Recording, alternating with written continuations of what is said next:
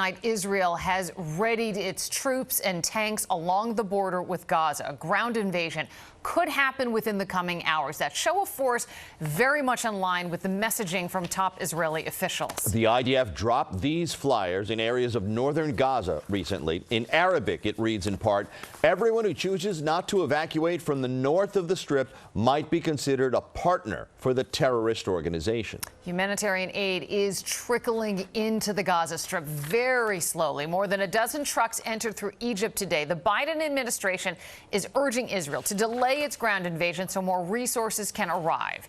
And it hopes that Hamas will release more of the 212 hostages. Eyewitness News reporter Josh Einiger is in Tel Aviv tonight, where people are still on high alert. Josh? Yeah, Joe and Liz, good evening from Tel Aviv. You know, the entire Middle East is a powder keg tonight as the region watches and waits to see what Israel does next. And the fate of more than 200 hostages hang in the balance. It's a sobering reminder of the stakes for Israelis. A wall covered with faces of the young and the old, innocent civilians held in captivity somewhere in Gaza. We must bring back these guys who did nothing.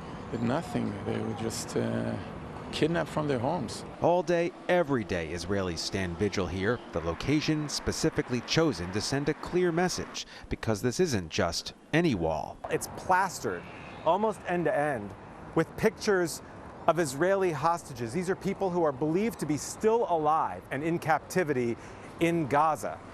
And they are here on this wall because on the other side of this wall is the Ministry of Defense. This is basically Israel's Pentagon. All the decision makers about this war have to pass all these pictures on their way to and from their offices. And the families of the hostages are hoping that gives them some pause as they figure out what the next step is in this war. As a citizen, I'm surprised we haven't had a ground invasion yet, but it's a very complicated situation. You know, as soon as you start a ground invasion, the fate of these kidnapped civilians is very unclear.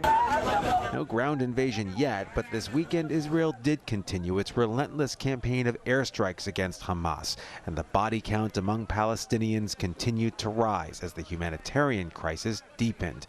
Another convoy of aid trucks inching toward the need from Egypt. And as if this crisis hadn't claimed enough lives, the region today watched and waited to see Israel's next move.